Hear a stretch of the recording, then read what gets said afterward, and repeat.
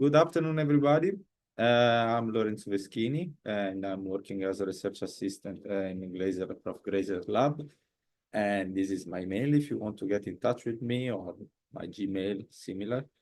And today we will discuss a little bit of parameter scan and data wrangling, and especially using the CC3D Python API. Let me go ahead with the slides. This is the outline as usual. We are here in the afternoon, session 6.3. I have put in the chat the link to the material for this session. Please download it, and the activity number 0 would be exactly like that, so no worry if you haven't done it yet.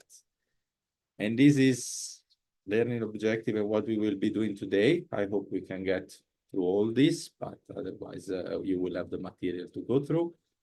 And the first thing we will do is getting ready to work with Colab or Jupyter Notebook, dependently if you want to run on Colab, which for today's session I advise, not for all the occasion, but for today it might be easier, especially because it will not run on your computer, and so you will have exploit some cloud computing, but you can always run everything that we'll discuss today and also use the student material on your local install of CompuCell 3D. If you do so, remember to link your environment to your Jupyter kernel and run Jupyter Lab, but we will look at this as well.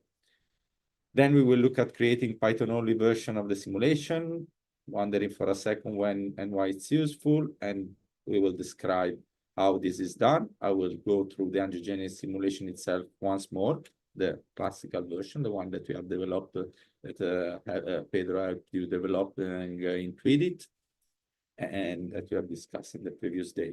And then the instantiation of one Python class that serves to run this without the Tweedit platform.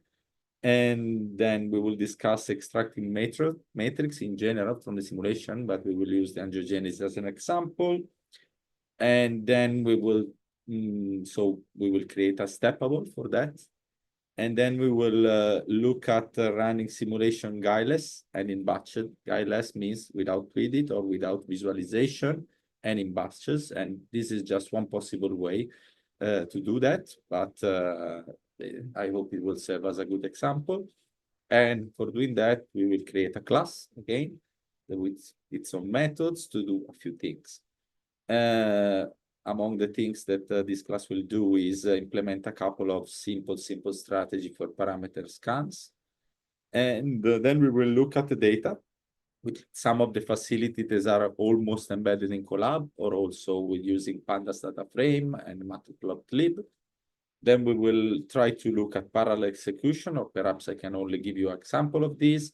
You can use the ready-made angiosim PS.py script that is in the material folder, and that should run either on Colab or, and we will see it together on your local computer. And then we will wrap up and see where we are at. Okay, so I think we should dive into activity 0. The first thing that I would like to ask you is, and we can skip that if you are all up to scratch, up to speed with Colab, but have you, one thing that I would like you to do, if you haven't done it yet, to create a copy of the material that is available at the link that James has just shared, and it's also used in the chat, and copy into your local drive. So for this activity, since it's not spatially involved and not even particularly interesting, I would say, but is useful, I will simply do it with you. And I hope that in 2-3 minutes, we should be all up and running. But please stop me if I'm being obnoxious and repetitive, or something is already too obvious.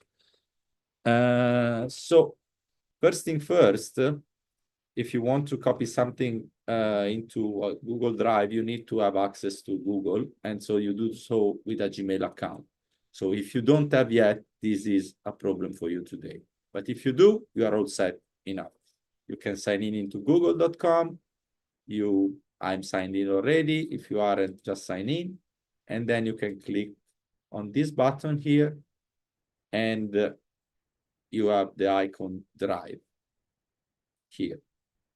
I leave the slide on if someone wants to follow asynchronous. Once you are in, you have clicked on that, you should have access to your drive, okay? So what I will do with you, I will also click the link where the material of the session is stored and has been shared with you, and this is what I see. And you should see something very similar. Please, well, I will hold later on. So an easy thing to do is to go back one folder using this, clicking on day 6, then taking module 6 and 6.3 and download it. This, if you are in Firefox, will open at a certain point, yes, a download. And when this is completed, shouldn't take long since they are not very big files. You can open them in your file explorer. This is on a Mac. I'm not sure how it works in Windows, and unzip it. I have done it already. In Mac, it's sufficient to double click on it. Once you have a copy in your download folder, just take it and put it to your drive. In any, I have done a folder previously, so I will just replace it just to show you that it works anyway. And we should have, after a while, a folder named module 6.3 in your drive. And if you go back, the page we were, okay, that is, I was already there. If you access here, you will also access to my drive folder, so it will always be with you. These are just 2 tabs pointing more or less at the same thing.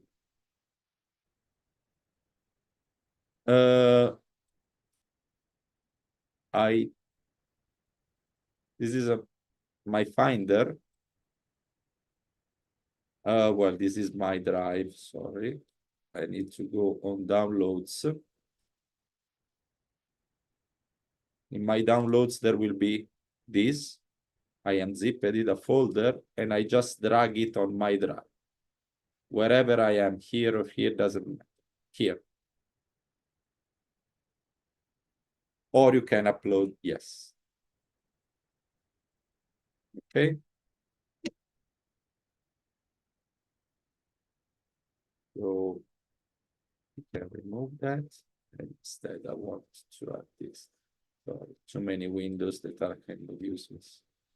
So, long story short, when you are in, you can click on module 6.3 on your local drive. This means that this will be a copy of your own thing.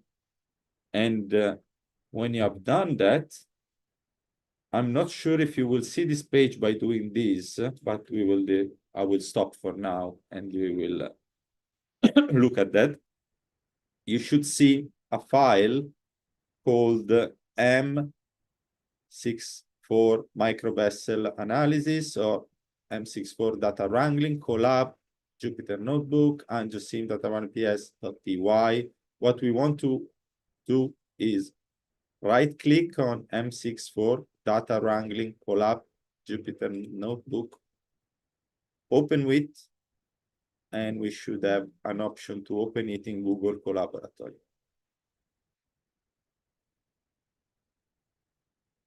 So for now, I will make a 1-minute pause to confirm that you are all on board. I don't know if it's worth launching a poll or if you just put yes, no in the chat. And if there is some no, we will look at it together and you can obviously ask questions if there is a problem. So hands on, please. Or thumbs down.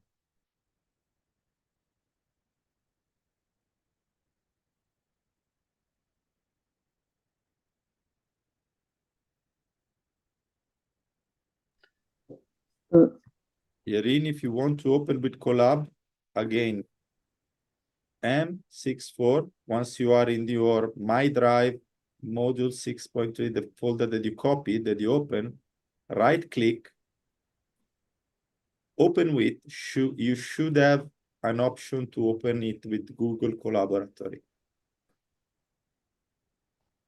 At least for me, this doesn't work. So let's try to do the longer way. Let's type Google Colab. And for example, this. And for me, also the slides are not moving.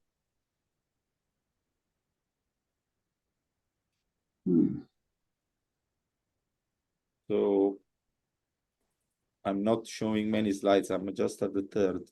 Where are we? Have you tried to access Collaboratory from its start page, because you might need to sign up? No, actually, I figured out we have to install the app Collaboratory. And No, this has no, to no. be connected to the Google Drive.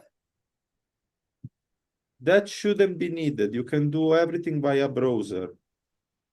This didn't work for me. Collab Google. This is to, yes, you need to sign up in Google. And if you sign up into Google Colab, it essentially will ask you to sign up with Google, not in a pay-as-you-go. If you are signed in already, you should have access. Otherwise, it will ask you to sign in, and you might access a page like this. Let's see where we are. So I put this first because it's probably... Anyway, I could open it now, and I hope everyone else can do the same.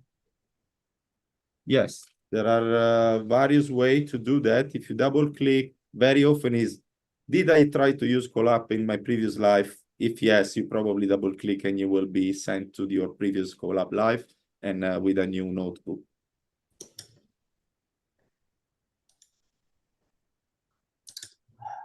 So the one point where we should be is, I don't need the drive anymore at this point, but I will keep it here for just safety. We would like to be in this page where we will finish activity 0 by exploiting the help that our friends from Google give us, making Gemini available to us. How did you do this with the cats? The cats are here. The cats are in setting, and they are in miscellaneous, and you can have corgis, kitties, and crabs. And power cool. level. Okay. Sorry, I forgot to mention that. Thank you. No worries. Is that just a decoration, or does that do something useful? It's just funny stuff, Easter eggs and things like that. Nothing, but funny to see lovely cats moving around. If you like crabs better, you can put the crabs. It's So, not clippy. Or corgis.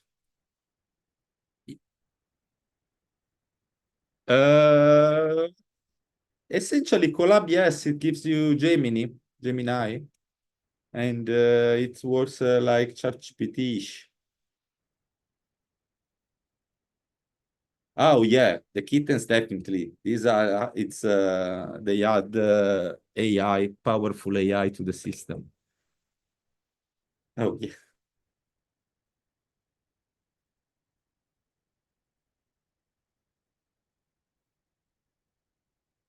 Okay, guys, we are all there then. Yarin, you mentioned that you cannot access.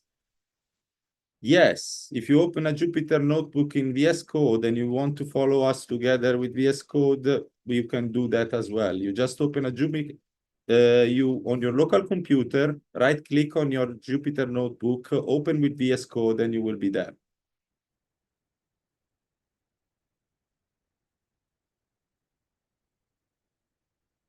And can a TA try to help Yarin if all the others are there.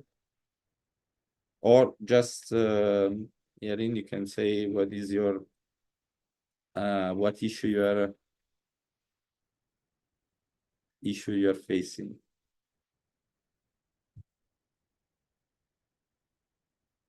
No? So like no, I don't know how to open. Go ahead and move on. Okay. All right. So if anything I can help you in getting up to speed, then we can move forward and then we can follow up later. Okay. End of activity in 0. Fix your code with AI. Here we have some deliberately wrong code. I have m equal to for x in range 10 with a space without two points, and then I call something that makes y x times m plus c that I haven't defined. And instead of doing my job as a debugger, like looking at the output, I will just say, but now we got AI, and I say, I can copy my code. Gemini, please help me fixing my code. Voila. You can even be ruder to AI. They don't need to be. They appreciate kindness, maybe, but the good thing that they do for us is the code deploy is missing a definition for variable C. Also, Python requires indentation after for a loop. This will fix the errors. And if you copy and paste your code, the code is deliberately created by Gemini. And if copy works, hopefully. Sorry. We will have a running code. And perhaps we can. And it also gives some auto-completion. So this is absolutely, yeah, nothing interesting, but it's or is something interesting. If you have troubles like, yeah, I miss a comma and so, and that's it. Then, if we are all up to speed with that, I had familiarized with the Jupyter Lab API, which is identical to the Colab API. Well, it's not identical, it's similar, very similar. I think we can do as we go because we have seen this in a couple of occasions already. But the one thing I would like to ask you, if you have the slides, if you want to run local, you can. I will tell you where to skip certain cells in this code, which is not necessarily useful. And you should have done your procedure to get to have a conda install into your system. And especially if you want to use Jupyter Lab, which is similar to Colab, but is not running in the cloud, you should do these steps. Since I think we are all up to speed with Colab, and that should be funny for today, I will just probably skip this slide. You have it on your folder, and we can start with the juicy bits. Let me see. One more thing. Yes, I would like to do one more activity. If you have this Colab notebook open, for later, we would like to mount a Google Drive so that, just to familiarize with the interface, you see that despite we are connected to our Google Drive, in my Colab environment, I don't have access to anything. I can refresh as much as you want, I can't. That's why I need to mount my drive. And this is done via this code. I have put this code also to do create a new directory, but we don't need it. So I will just comment it out. But we need to mount our Google Drive to be able to do the following. Connect to the Google Drive. You need to authorize. At least it asks me all the time. So each time you try, it will ask you to do this. Good that there is some security. And once it's done, when I refresh, I selected them and I hit on Mac command / for comment out in 2 lines in 1 step. And to do on comment, you do the same. Select, command / command /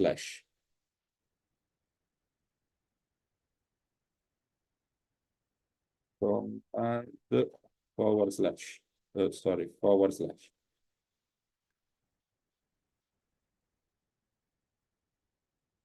Oh, Sharon, please ask question. Yeah, it's just the mechanics of going through all the things. I don't know what question to ask. I don't even see that list of files on the left. I see something else, a table of Sorry? contents. Sorry, what is the problem? You cannot see the file. That list on the left in your sidebar, it's I Oh, don't you have see to driving. here. You see where I'm pointing at? There is a folder icon down on the Yeah. side. Okay. Click on that. Yep. Do you see now? So if you run after all of this, oh, this is one note. If you're running local, you don't need any of this. You don't need this. But if you're running on Colab, you want to have your drive available, and it's done via this first cell. And I don't get that part. I'm not sure what my status is. Where are you? Well, do I need to comment out the thing you commented out? That wasn't clear. I didn't comment out. I I tried to do run comment it out because I don't want to create this folder because I don't need it. If you want to comment it out, do it. Otherwise, you will create a folder. But then it's not a big deal because everything that we do here today, it will disappear beside the result that we will explicitly save. This is a virtual environment. It's created for us runtime. It's a runtime environment. So feel free to make mistakes and don't be afraid. So either with or without this folder, everything will be fine. It'll work. Yes. Okay.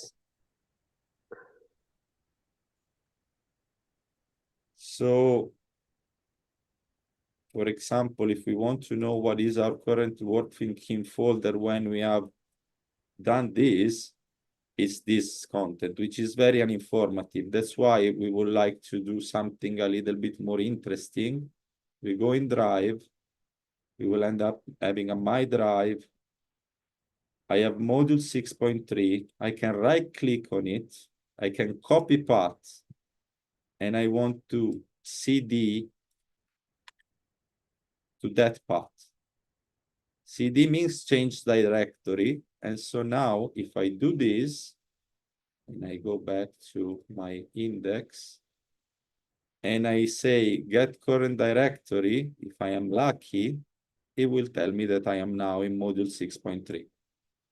This is fiddly navigation of folders for command line or Colab. But if you are kind of, I've done command line before, it should be all fine. And now, just for fun, if we want, we can create a word into the a text file in this folder with this next one. And if we go to our module 6.3, hopefully we will have the file hello.txt that we can double click and open, and it tells us hello world. Very creative example as usual. I will take off Gemini because it takes much more of my space. Where are we with exercise? We are all there. I'm going too slow. I'm going too fast. You let me know. And I will need to accelerate a bit. Huh? So I don't see comments on the chat. I will move forward, but before I do so, I will take you back to some more Tweedity Compusel because we want to know what we are talking about, and we won't see that in the Jupyter notebook. So I'm in the base environment, and I will do conda activate my CC3D.450 environment. For the sake of it, I will run on 450. It doesn't matter. 460 will work anyway. And anyway, this is just an example for you to just a demo for you. Python. Excuse me, how did you open the command screen? Inside the collab or what? This is my terminal, sorry. Oh, okay. This is my it own was not terminal. not open by collab. No, this is my own terminal. Okay. Sorry. I should have mentioned that. I will parallel a little bit of collab and a little bit of local just to Python CC3D dot tweedit5. I'm running tweedit now for my local conda.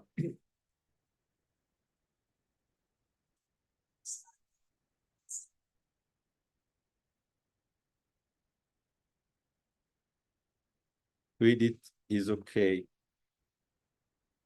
And once I'm in Tweedit, I normally do projects, and I want to open a recent project. Angiogenesis is the latest that I have played with. I double click on it. I play it.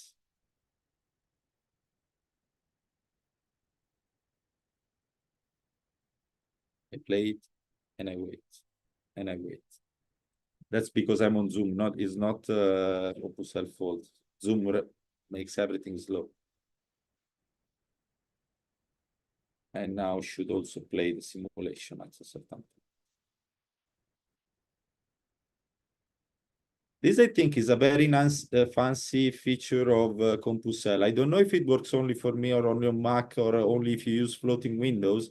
But if you arrange your windows in some way, and then you change the distribution and you stop with a certain layout, and if you change the layout after stopping and you play again,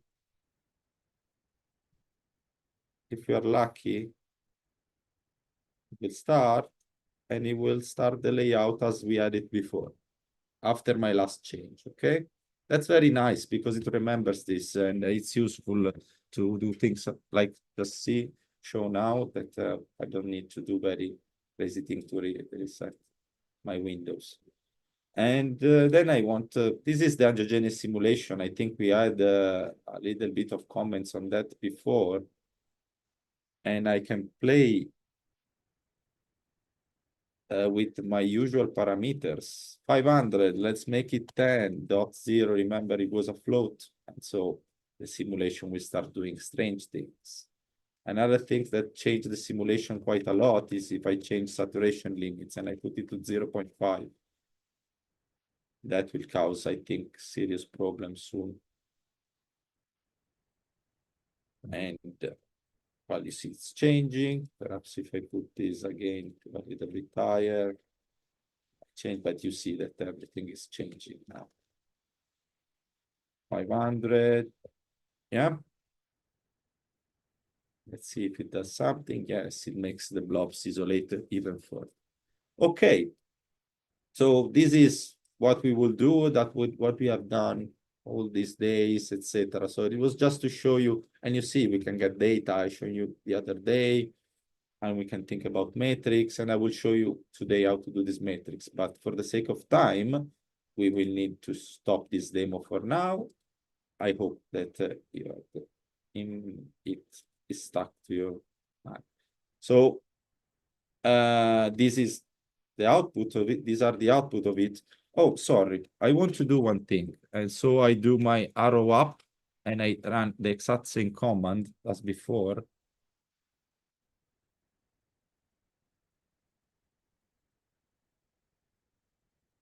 And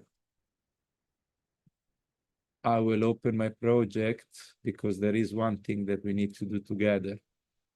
We need to do, today we are talking about Python API again, right? TJ already showed you that, but I want to show you what we are APIing today. You remember that we have essentially to translate the XML file, and then we are essentially done with the API, and we can run everything without having to use tweet, we can run all in Python. So we have our usual things: pods, metadata, plugin cell type, plugin volume, plugin center of mass, plugin neighbor tracker, plugin pixel tracker. These three don't need parameters to be instantiated. These other have a few: contact, emotaxis, diffusion solver, and uniform initializer.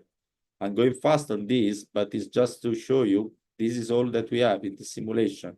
And then we have a steppable that is used for the analysis, and we will discuss that in some details. So now I can really close the simulation. It was just to show you again where we are at, what we are trying to do, okay? And now we go into some thing that I will hope it will work for all of you.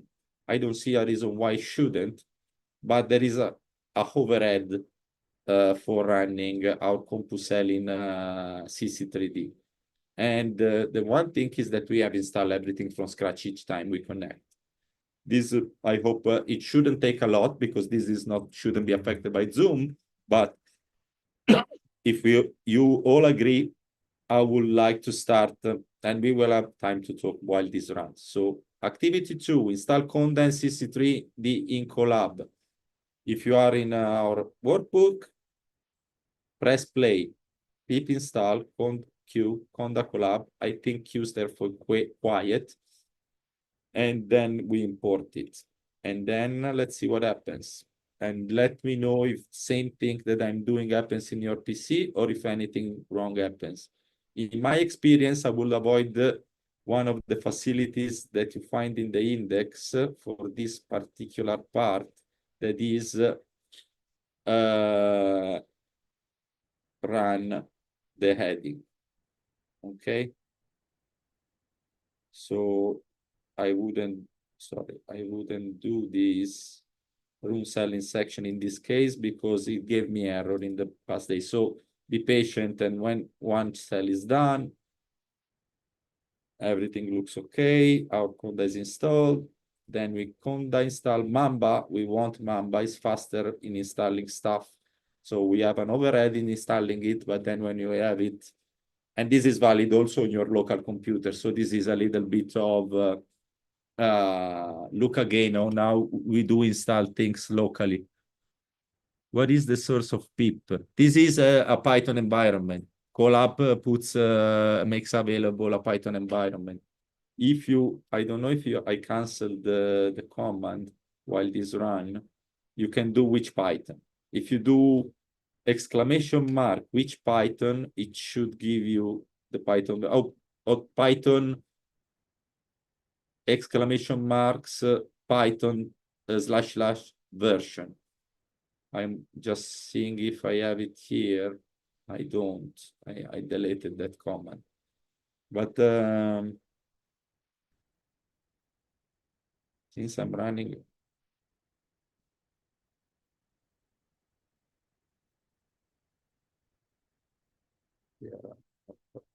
yes,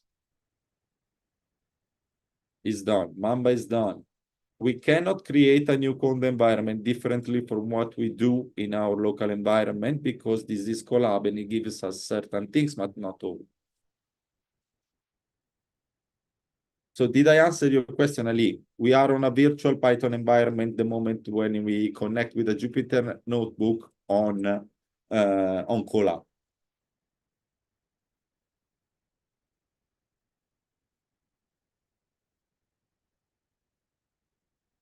The Conda environment, you don't normally access the usual way. It's a little bit more aleatory. You install it, you import it, and you can use a certain facility like install things. Is not, is supposed, I have to be honest, there are tutorials out there which tells you, okay, you can create an independent environment in Colab. They didn't work for me, so I am not showing them today. And so it's not really the case where you do Conda and Conda activate and so on and so forth. there is here a command palette. No, it is not this. It's this, perhaps. No, it's not even this. This is interesting. There are code snippets that you can use that are provided free. There is a way where you can see oh, it's below my things. Here. If you want to access to the runtime terminal, which means what you're asking, you need to pay. So essentially, this is the free version, has some limitation.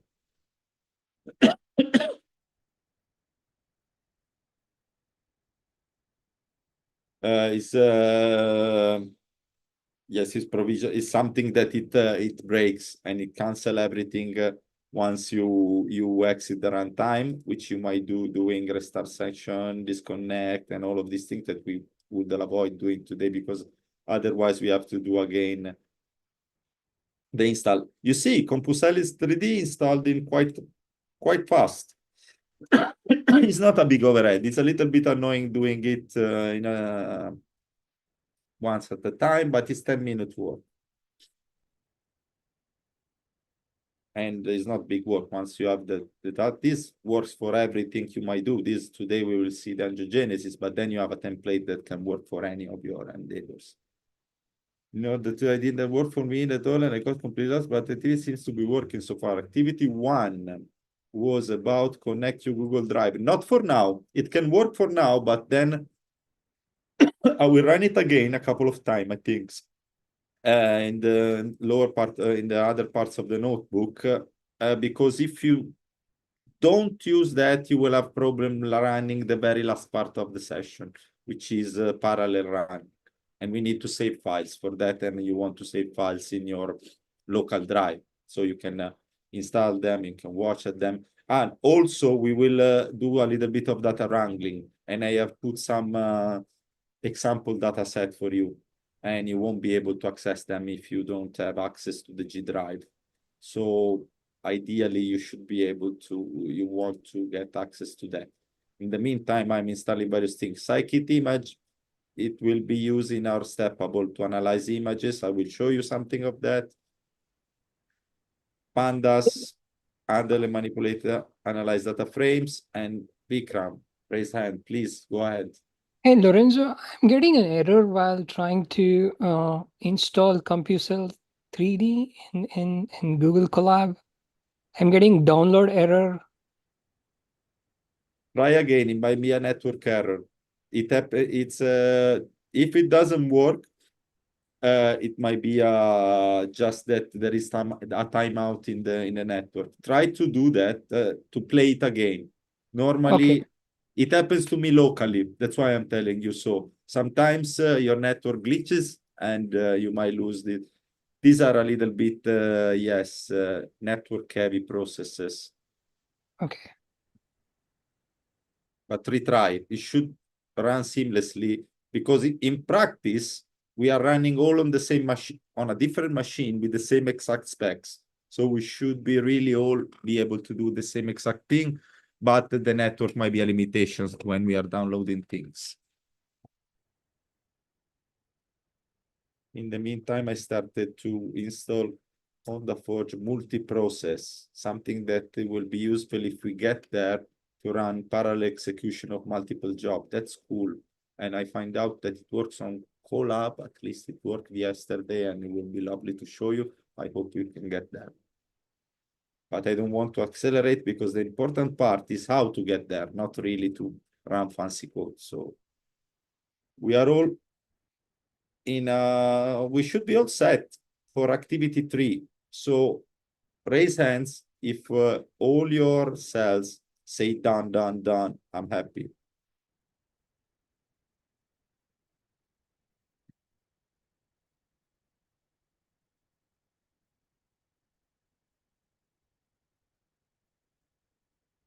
Please, hands raised. I have Anisha, and I have also Giulio. Please self-organize and choose who goes first. Giulio is the first on my list from top. You just say to raise hands if you're done. Oh, So- sorry. That was the thing. Yeah. So I'm happy. Thank you. Okay. Great stuff. Good. Bartholomew. Okay, timeout might be a problem. The one thing that is meant to timeout is the first bit. When you install Conda, it has to timeout.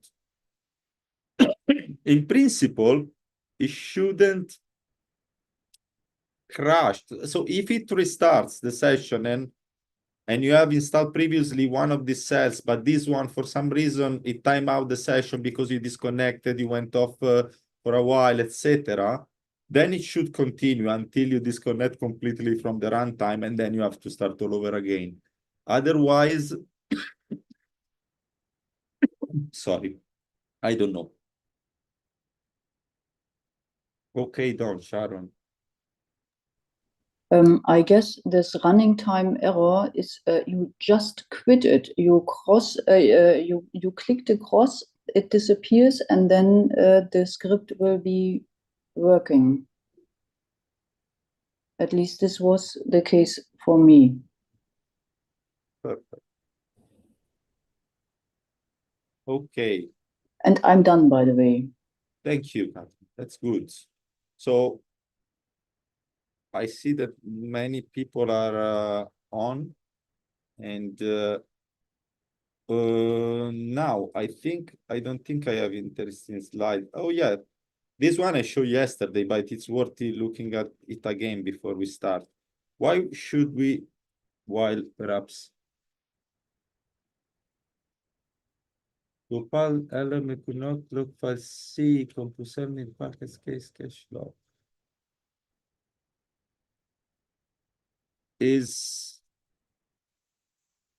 this happened to me yesterday, but it was fixed when I streamlined the imports in this way. So I will try again. Cache lock. What happened to me yesterday? I have to remember on top of my head now. On the forge composite. I really don't recall. I think it was, oh yeah, Mamba failed to install. So it was Mamba installation that didn't work. So I reinstalled Mamba, and then I tried again this line, and then it worked. Try that, Gopal.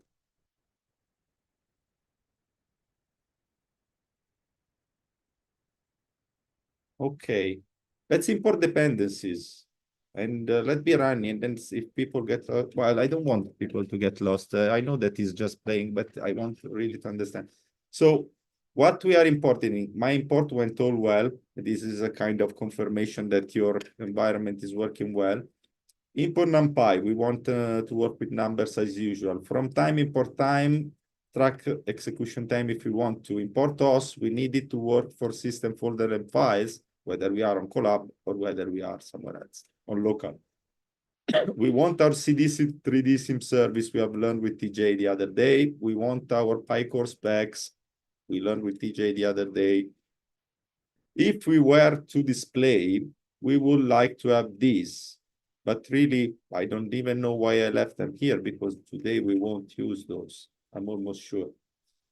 And if we were using a little bit of object-oriented programming, we would have put our analysis steppable not on the same file that I'm working on, but we will have put it in separate files. And in that case, we will have to import our analysis steppable from a module called steppable, whatever the module was called. From TQDM, import TQDM. TQDM is a fancy progress bar that are funny to look at.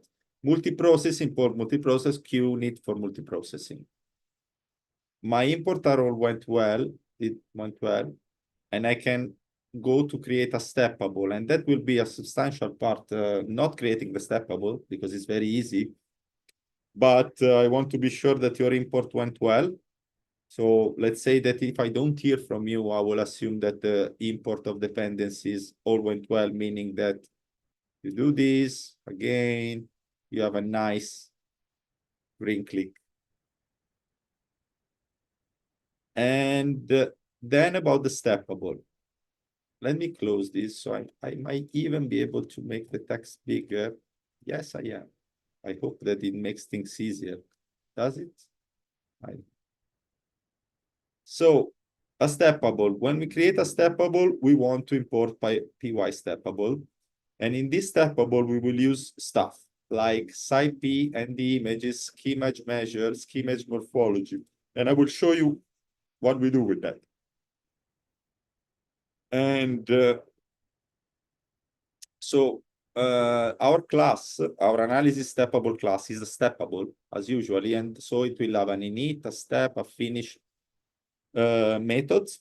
Our step methods in this case is we don't need it because we will do everything up when the simulation finish, which is extracting matrix and exporting some nice snapshot, but the init function is needed first to register steppable based pi as usual, and second because we have an input dictionary, which you will see later is all our usual parameter for our simulation. Here is just a dictionary that is used to create a file name. So I'm not discussing that. Just be said that is needed. And so we'll call it self-input dict, input dict. If any doubts on Python-y things come to hand, please raise your hand, please ask, no problem. What we do now is import dependency has been found, but is installed in front if it for cells above. That's strange. It should work. Try to install again, to import again and install. Make sure that your install all went well. So make sure that when you are at the, you want to see this output in your, and it should be like this. If it is like this, it shouldn't fail importing CompuCell. And so perhaps it's just a matter of rerunning this cell. This is my take.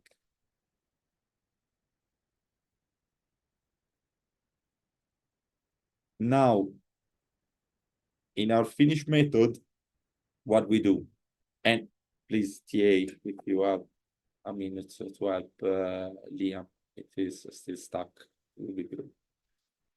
So we create two NumPy arrays, 200 by 200 of the type integer 8-bit integer, and we call that image for inverted image and image. These are placeholder, empty file. Well, it's this one are initialized at 1, these are zeros, just for fun. Then this is a CompuCell 3D thing that you can have if you open Tweedit and you in the Python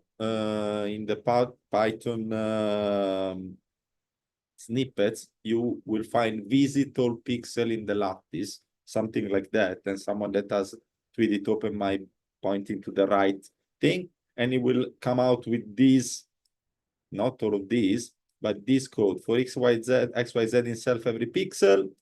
Do something with this pixel. I do something with my pixel. I take the cell that happens to be here.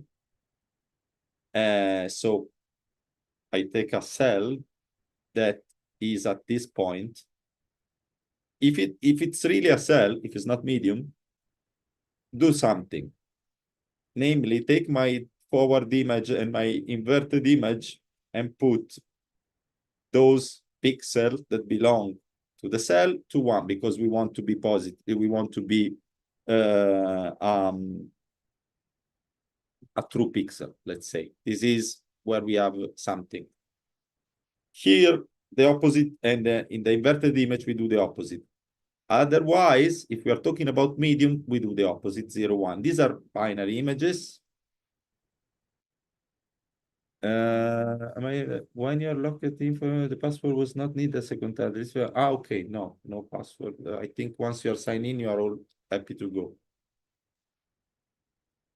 When we are done with this, we want to measure some metrics. But before I drive you into very boring code that I hope you can trust, I would like to instead doing some exercise with you. But first of all, I would like to know if you are all up and running, up to speed. And to check that, we might go on our Google Drive as before and look at another file, M64 microvessel analysis, EPY notebook. And we want to open this with Google Colab as well.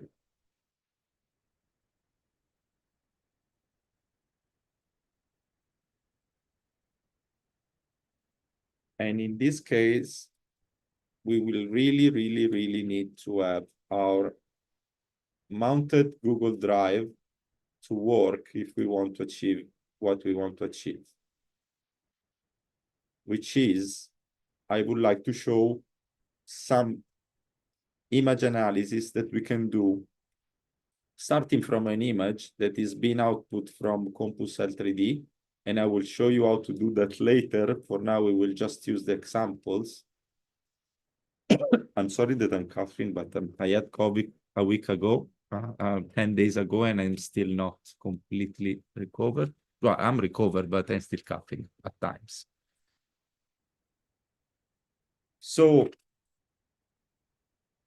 what do you tell me about being on microvessel analysis.py.jupyter notebook, Biocollab, identical way? If you are on your local drive, you won't need to mount a Google Drive. And where are we with that? Meantime, since it's working for me, I will go forward, which is I need to install a few libraries if I want to do something. It says that it's already satisfied, probably because the runtime is happy. Probably, this I didn't know, that Colab apparently stores the setting, or perhaps, oh, that's quite annoying.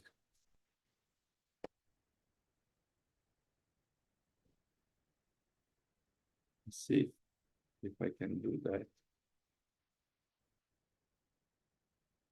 Okay, I hope that it will work.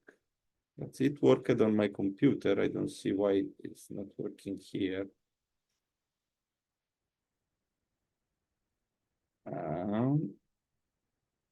Let me see. It worked before, so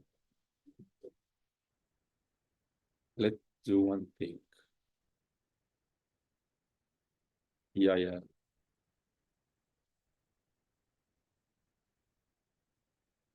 Perhaps he will change his own mind. Let me see which Python. Python version.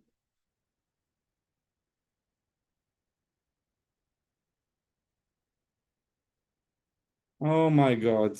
Yeah. For some reason, it happened to this before to me, that Python 12 apparently is not compatible with build. I don't want to say rubbish, but this happened to me before, and that's why in my Jupyter notebook, when I install the Conda environment, I tend to install 13. And in this particular book, I think 13 is installed. But in this case, I'm sorry to say that it doesn't seem to work. I will try to open it again. Otherwise, I will demo it on my VS Code. And I'm sorry that you cannot follow along, but if you can follow along on the Jupyter notebook on your local environment, that will be okay. I will try again.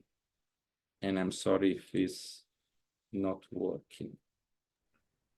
All right, I think this is the kind of thing that we are happy to know the tools better than going along. Oh yeah, that's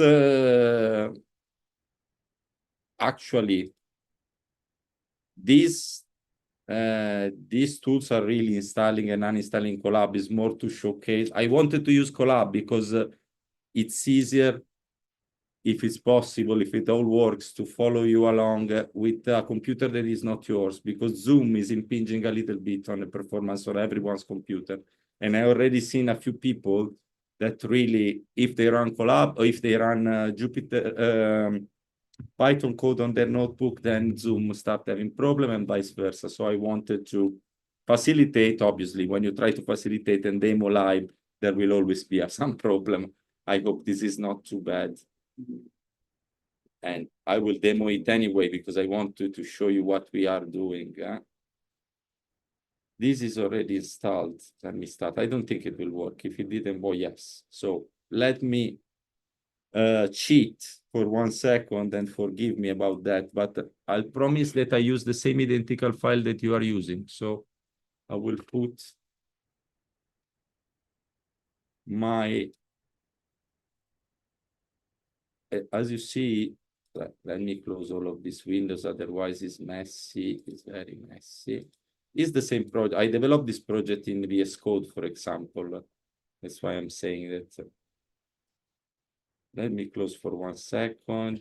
And now we want to see only the microvessel analysis.jupyter notebook. And then obviously these things, we can discuss them together offline. Is more to show you how we can do this and then how this can. So here, yes, it works. So what I'm doing here is I'm opening till import works here. I'm importing some file name, which I have stored. And if the Jupyter notebook works, you have these examples. These are not examples. You will have example like this in your folder, things like this, exactly this, okay? So you should have those. And they are in your exercise folder. And what we are doing here, we are opening an image with pill, and we are turning into an AMP array. And to turn an image that we open with pill in an AMP array, we simply have to do image equals an AMP array image. Since our image is of shape, this run with that, but then import a collab. Import.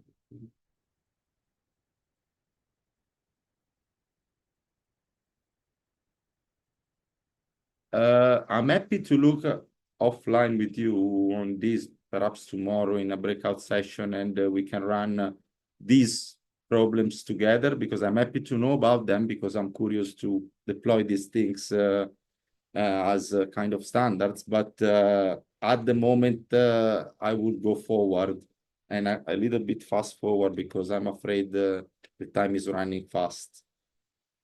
Okay, sorry, Gopal. But I'm happy really to any breakout or any moment later on, we can catch up and see if we can make it work together, okay? So, as said,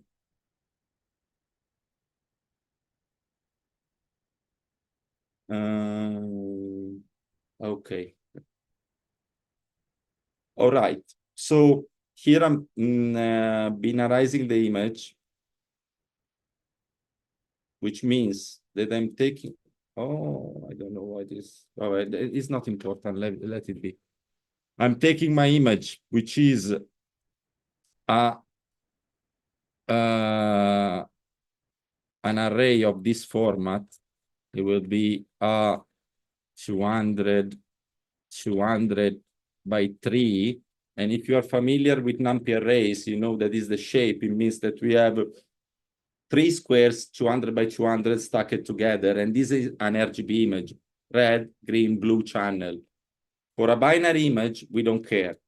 And so we want just the positive one, the positive pixels, which probably we can find in at the 0 because they will be all at 1. And in the layer number, so we take only, this is a slicing, which takes only all 200, 200 at the layer 0. And it puts them to 0. And that's it. Sorry, this is not really the right thing to do. And then we save a copy, and then we apply some of the fancy things that happens with scikit morphology. And I will share the links to the manuals to this. What it does, it skeletonizes the image, and it creates this kind of map.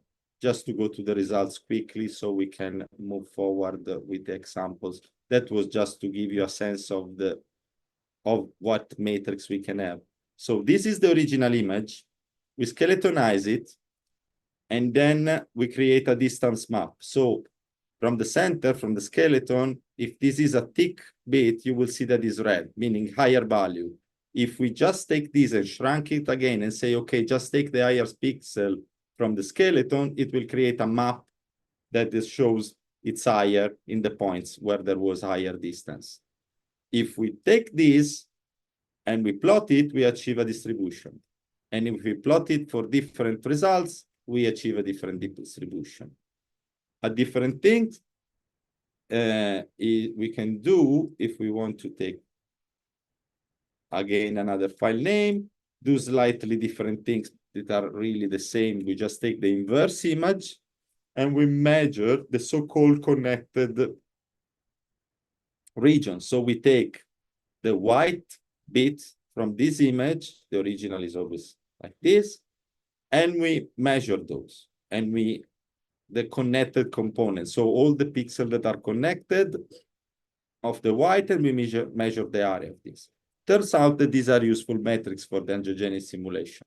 Okay, and so say that, I'm sorry that it cannot run for you, and I will try to fix it later. Lorenzo, Yes.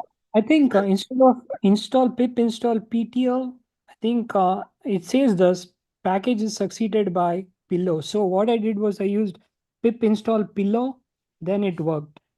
Okay, thank you for the I can copy the code. pillow. Yes, let me see.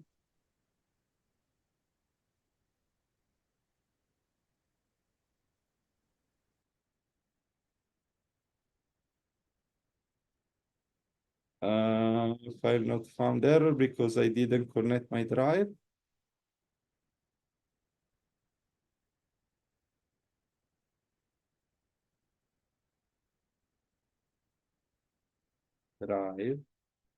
My drive.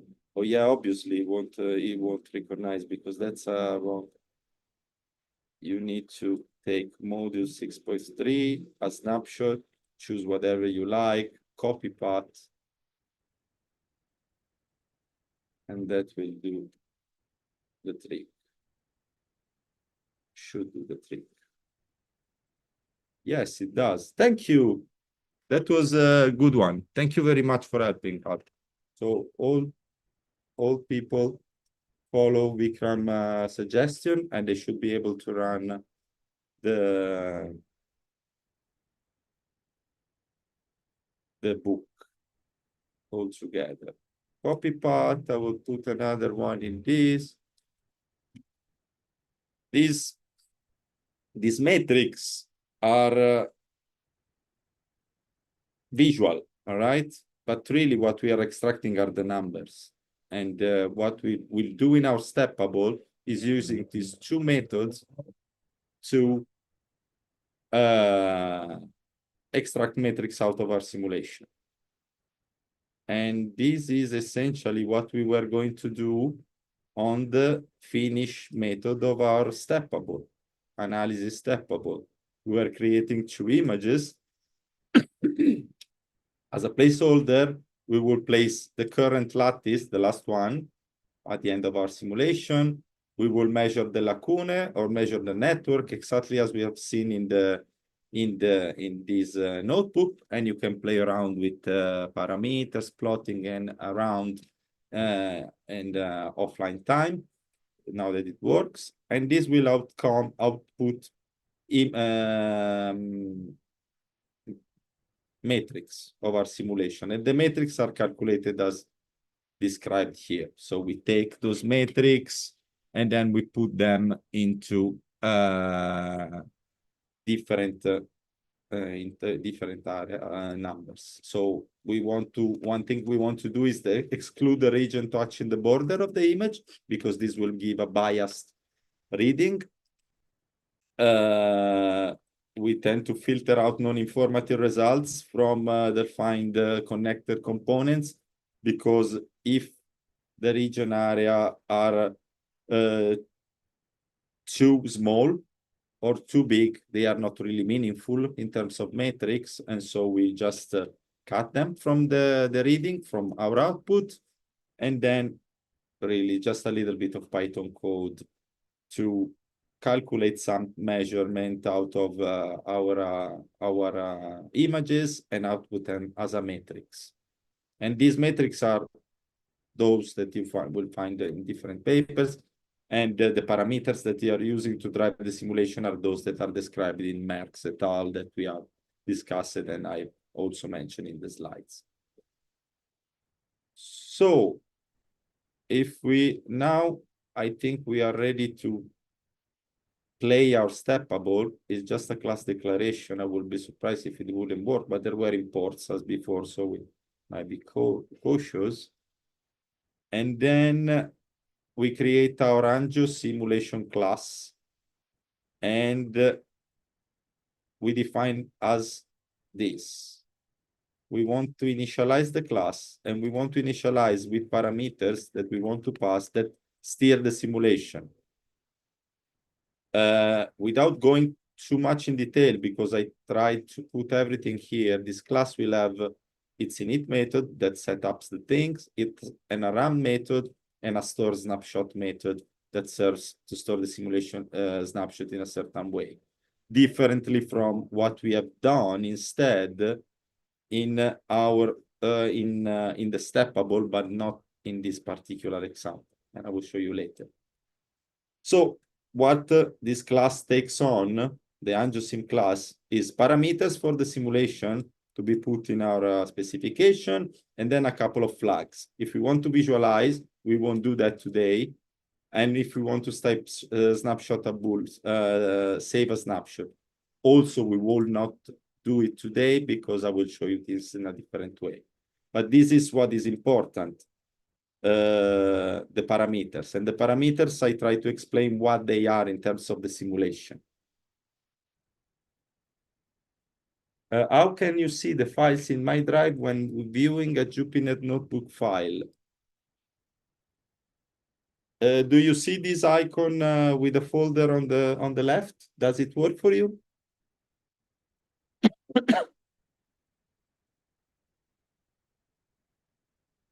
Perfect. And do you see drive? Okay, perfect. Good. So perfect. So is that. And these are the parameters of our simulation that are those that we want to steer. To make the very long story short, we want to initialize our simulation, putting our parameters into a dictionary that serves mainly this steppable plugin. This is not optimal Python. This is very verbose and inelegant, but I wanted to make it in such a way that is even more than obvious what we are doing at each step. So obviously can be optimized, this code, and more than obvious. So to go on with, as we done 2 days ago, I think, both with myself and TJ especially, we initialize a list to hold our specification of our simulation. We select the working dir, and we take an output dir that we can get from the current path. It's not so much needed right now, but in one sense, yes, it's needed to save the output of the simulation. And we call it like that. Then we start registering the usual things we see in XML. We have done it a couple of times this week, and we can always go offline to repeat that. But again, in the notebook, I try to put all the things annotated. So we define the metadata, we append the spec to the list. We define the cell types, we append the specs. We define the volume energy specification. After we know how this is done for our particular plugin, is just copy pasting out of XML, really. So we register a few other plugins, contact energy specification, diffusion solver specification. Again, about diffusion solver specs. There are better ways than doing that, but it works this way as well. Set the global diffusion and decay parameter for the VAGF field, seen the other day. Define the chemotaxis specification, append the specification, define the initial layout of the cell in the simulation. We will do it with the uniform initializer, as we have done in the tweeted version of the simulation. We will instantiate the simulation service, self CC3D sim, my favorite name. We could call it some different. CC3D sim service, we call a class that we imported at the very beginning. Output, we want to give an output dir that we have created at the beginning. Self CC3D sim register spec, self specs. Here we are registering all the specifications that we are putting a list, and as said the other day, we are registered them now as it is. Now, register a new stepable. We haven't seen that, and we have created it today with our matrix analysis matrix stepable. So we have to register it. How do we do that in the Python API? We call our CC3D sim service that we have instantiated here. We register stepable, and we put in the name of the stepable that we have saved in we have done in a cell before. So in this case, it's just a class that we have in our RAM. And we want to pass the input dictionary because it serves certain purpose. And we want to call it with frequency equal 100. So remember that if you don't do this, you won't have the matrix. And then we start running the simulation. Run, init, and start method.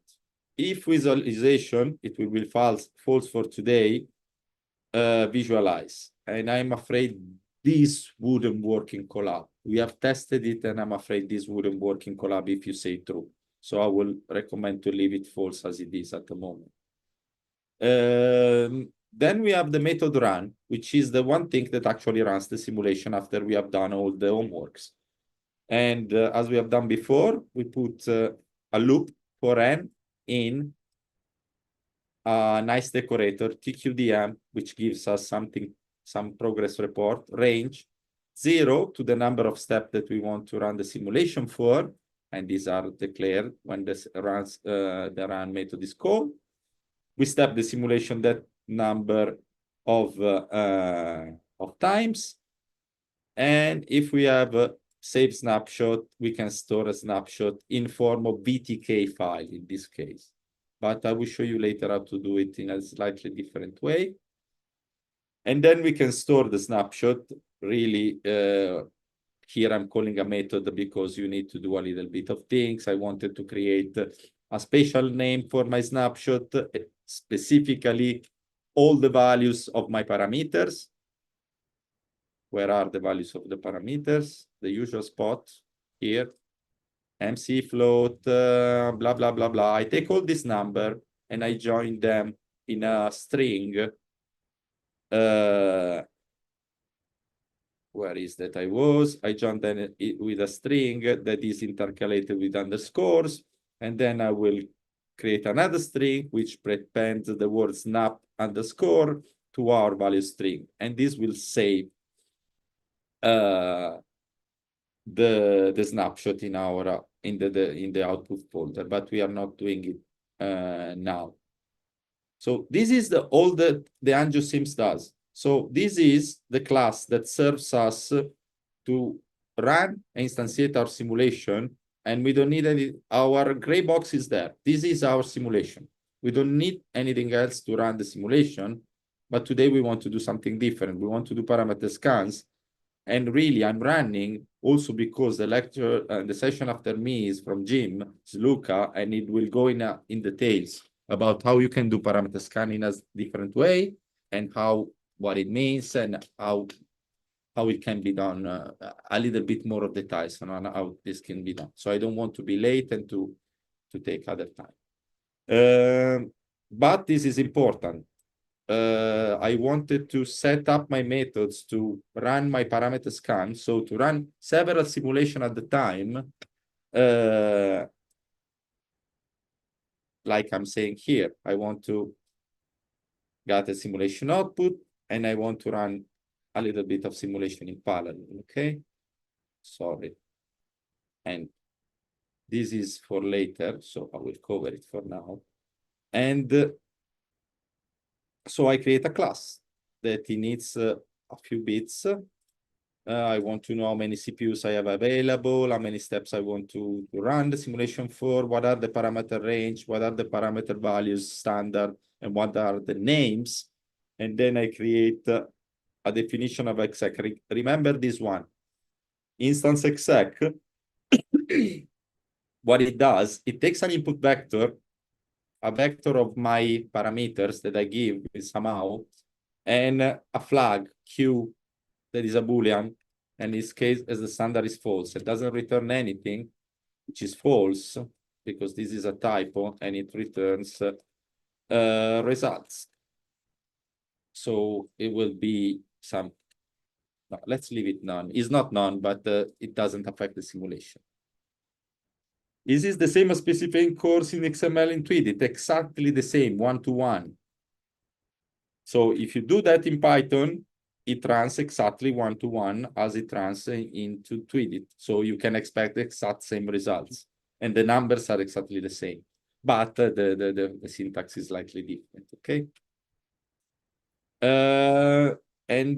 Once we have this, we have put our input vector, and we see if our flag is okay. If we have a flag, Q, it means that we are running with one method that is parallel, that we are not doing now, but we are doing the next one.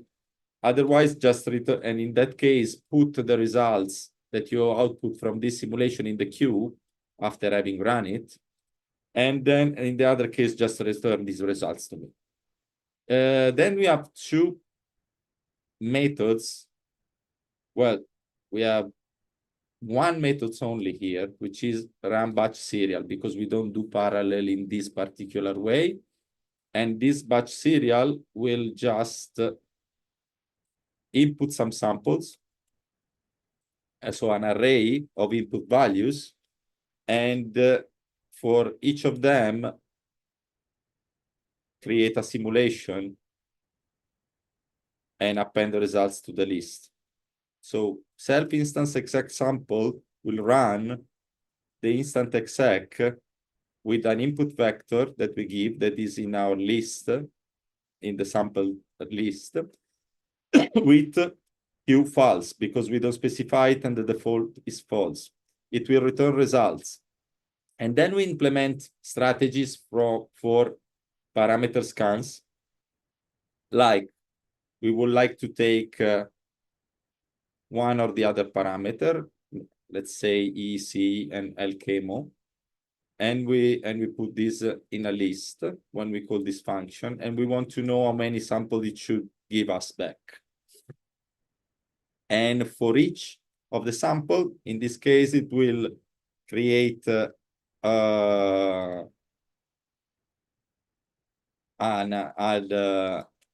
list of parameters with one of them changing gradually, okay? One at a time means that you take, I want 10 simulation, where my parameter LKMO, instead of being the standard 500, will be 10, 100, 200, 400, 500, and up to 10. And this will be handled automatically by this little script, this method, one at a time sample. And the comments, I think that they explain quite clearly. And we can even do some homemade Latin hypercube sampling. Instead, we can use packages for this. There are packages like PyDo2. There are many packages for doing these kind of things in a much better way. Today, we are trying to do the things by hand just to avoid importing too many things. And so this LHS sampling is just done in NumPy, and you can read how it's done later on. And for example, this code seems to be useless, and okay. And then it returns the result. The results in both LHS sampling or one at a time samples is a NumPy array or list or that contains a number of parameters again. And then once, I'm not sure I've run the previous one. So for instance, I teach my Colab environment that I have done my class. I teach my other class, the AngioSim. If they all run fine, I will run it again because I haven't seen the tick. Yes, we are ready to run one thing at a time. And perhaps this is a good time to stop and to all of you trying to see if you are up to speed, because this will take a second, not much, but this is how do we run things in parallel, serially. We have we created the default values of our Angio simulation. We take the ranges across which we wanted them to be modulated. For example, the first one is for default, but we can change it from 1 to 5 and so on and so forth for the others. But then we create an instance of our AngioSim batch simulation, giving default values. The AngioSim batch simulation takes this stuff. You see, if you over it, it will ask you default values, a dictionary, ranges, and multidimensional NP array, the number of steps, and the number of CPUs. And we can leave the number of CPUs is wrong code because it's not used here. So sorry, there is a little bit of orphan code in this code because I've done it. I'm fixing it as I go. But if we create the batch, we give all the information to our, we instantiate our class, and then we ask our class to create a number of samples using the LHS sampling method. And we want 10 samples overall, and we want parameters to span these two variables of our parameter space. And then after we have created the samples that we call cases, in this case, we want to obtain the results by making results equals batch run batch serials, our method across our cases.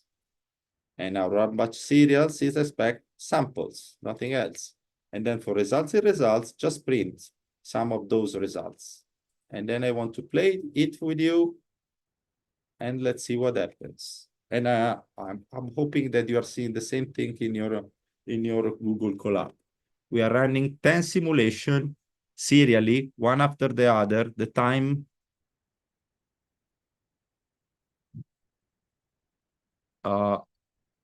Risha, can you repeat the question because I don't understand. I'm sorry.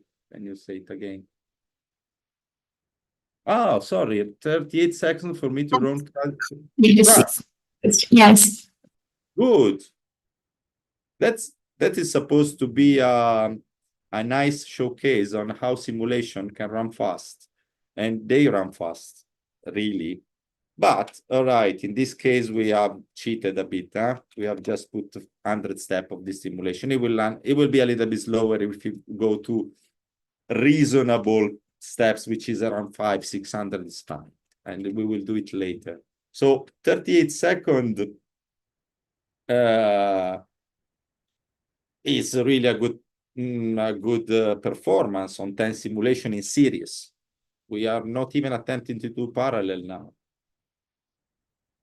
And can I stop in 1 nanosecond to check that everybody is up to speed like Kusha, and that to ask what is my leftover time so I don't overstretch? We're actually already over by about 10 minutes. I'm already over by 10 minutes. Yes. I'm so sorry then. So this is honestly all that you have to do, but I'm sorry that in this case, since I'm over, I won't show you, or I will show you, and I won't ask you if you are with me. So you can run the code anyway, and we will see what happens. After we have results, we have saved them in results. And so we have in our environment. Now we have installed imported pandas that we have installed before. To turn our list into a fancy panda data frame, we just run this command. And when we have this command running, when we run this command, we have access to fancy things like this. And we have our data frame, which is a very poor data frame at the moment. We have only 10 entries, but we can do all sorts of things. We can sort, we can do things, and we can do even more. Oh, man, I'm sorry that I've done this. Another way to navigate in these Colab files is going here, analyze data, and we go back. And after we have done that, we can even see if we have other things to do. We can ask Colab to suggest some plots. It will suggest some plots. Some we do like, some we... Having run from 100, we really don't have big information, but I create just to make it a little bit nicer, a plot of our data. So we are just visualizing one parameter that we have changed in our simulation versus the other parameter that we have changed in our simulation, and we are coloring according to one matrix in our simulation. Number of region, we would like them to be, if it was run for proper amount of time, around 50, 60 and above. So we can say that the green dots and the yellow dots are something that we like. So our LKMO parameters needs to be bigger than something, because then if it's too small, we get it. And then at this point, I will suggest you to play around with the data, more on data manipulation and plotting. You can load the results from a wider scan that I run independently, and they are together in your material. And then if you want, I will suggest to run this section as well, because it's really cool. You just want to make sure that you write the right things in your... Where is?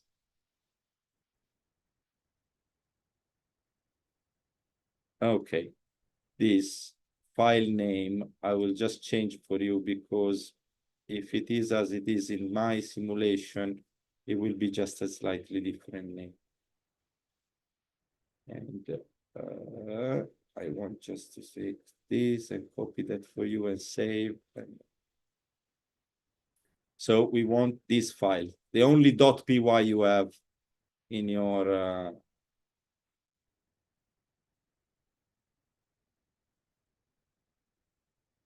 if you try this, you will be effectively running parallel execution of all your simulation. And let me try to do that. Just, it will crash if I forgot something, but you are effectively running, it works, 5, 10 parallel simulations in your computer at the same time over the cloud. So you are effectively doing parallel cloud computing, which is very fun and which is useful as well for this reason that I don't have right now the time to discuss. So sorry that I overstretch a little bit, but please now, while you play around with the notebooks, perhaps leave for later. They should all work for you. So I hope I left you with something to play without too much headache. And please fill the poll and let us know how this session went. And if you enjoyed it, if you want to know more or less, etc. And thank you very much for listening. And sorry if it was a little bit rushed.